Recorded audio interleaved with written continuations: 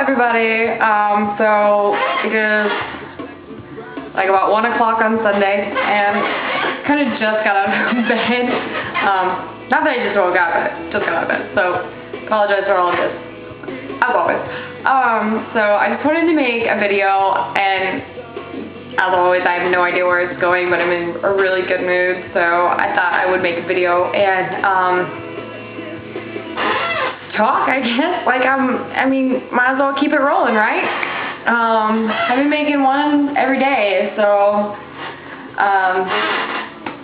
yeah. I guess for some reason I'm led to talk about my spirit guides, animal spirits. I've been, I read about just basically a lot of different things as far as spirituality goes, because I believe that you should be objective and study more than one understanding of, spirituality. And so in a book I have on animal spirits and spirit guides, it says that, when you're astral projecting, or even in dream state, if you're lucid, that you say, make yourself present to me, and they're supposed to do it. That's what I read. Anyway, so I tried it the other day. I was attempting astral projection. Fortunately, I fell asleep. And it's weird. I don't know if it even is considered astral projection, and I'm not even going to limit myself to assuming that's what it is or it's not. Again, because once we limit ourselves, it restricts us from actually learning and becoming who we are, I believe. And so I don't know if I'm like going to go through here. Anyway, so I guess when I am meditating and when I'm attempting this, actually it's been helping me to even, like I said, fall asleep, so I've been practicing that. I relate to nature a lot, as far as I can visualize nature. It's harder for me I have a very vivid imagination, so a lot of things are easy for me to visualize, but, visualizing one technique that I read was, for astral projection that is, was to imagine you're a light bubble that you step into, and it takes you off into the astral plane, and that's cool, and that's great if it works for you, but for me it doesn't. It's harder for me to visualize that because light is not a solid thing. And so it's more difficult for me to imagine stepping into a ball of light because it's just hard for me. So for me, my path is like passing the woods, and I'm barefoot, and on the ground the dirt is nice and soft, and the leaves, there's leaves on the probably like a fall time kind of woods, place in the woods you would think of. And so the other day when I really started, I'm really sorry for my just kind of craziness in this video. It's going to be really kind of spontaneous and sporadic because that's how I'm feeling, and I'm trying to oops, sorry about that. I'm trying to, let me just pause, try to gather my thoughts. Let's see, this is, I think, too high. Okay, that feels better. So I imagine myself, I place myself at the front of a path, and trees are large, it's a nice and cool area.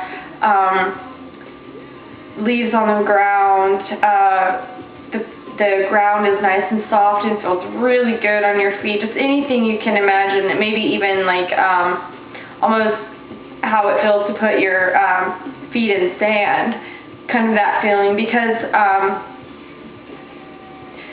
just for some reason that's what works for me. And so I began really practicing or attempting to practice the astral projection about a week or two ago, after I finished reading a book for beginners that I got.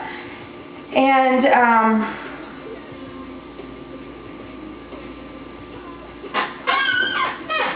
okay, I'm really sorry. I'm trying to gather this. Anyway, so I practiced this, and amongst that book, I was reading books on spirit guides and animal spirits, and like I said, it said to call your spirit guide or animal spirit, whatever, and they will be present to you instantaneously. And so I was standing in, the woods on my path, and I asked my spirit guides to make themselves present to me, and what I saw was a bear, a big bear, like a big brown bear. And now that's the majority of the time now when I first started, and now each time afterwards. But he's not always, and for some reason I call him he, though I know that there's probably no masculinity or femininity, no masculine, feminine about, but that's just how I relate. It's easiest for me to say him. So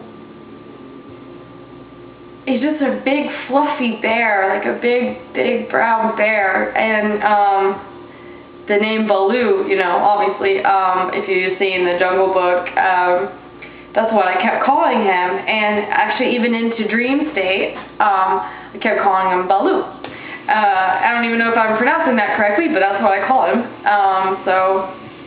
And actually a couple days ago, he took the shape of a wolf, and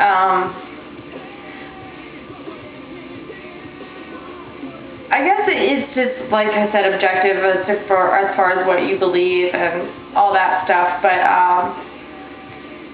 when I try to take the easiest path, it's more difficult for me to astral project or lucid dream or anything, really. It's as though I don't know that I'm a little farther advanced than what I think I am, but then I feel as though to say that is to be kind of conceited and ignorant or arrogant, or both, ignorant and arrogant. So I try, not to.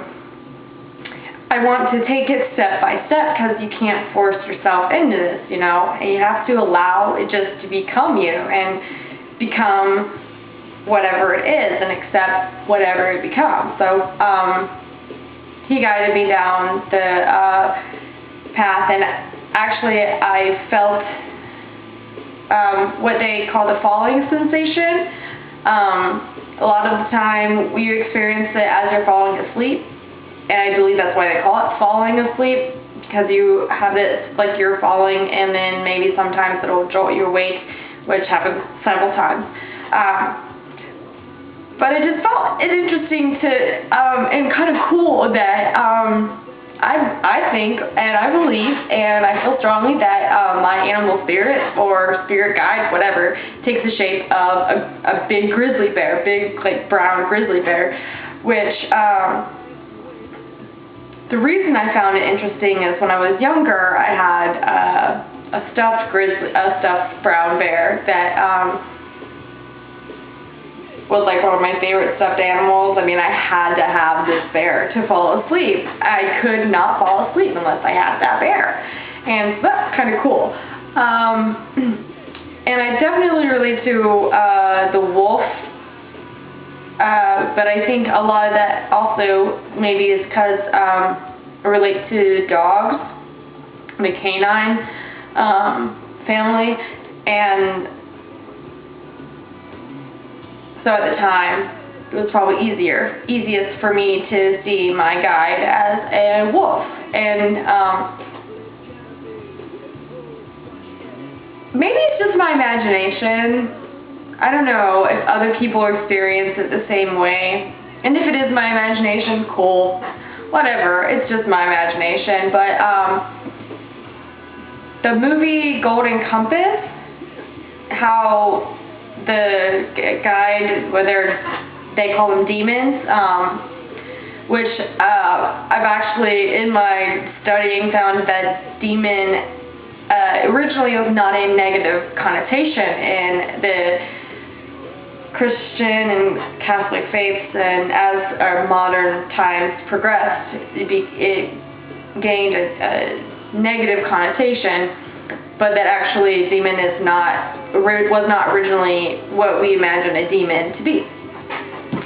So, but as I was, I'm experiencing these things, that movie, as far as the guides go, I was like, that's just like that movie, how he doesn't actually physically speak to me, but I can understand I know what he wants me to do, or I know what he's telling me, I know which path, which way he's guiding me to go, and it's just been a really comforting feeling, just to experience that for me, that I thought I would share with you guys.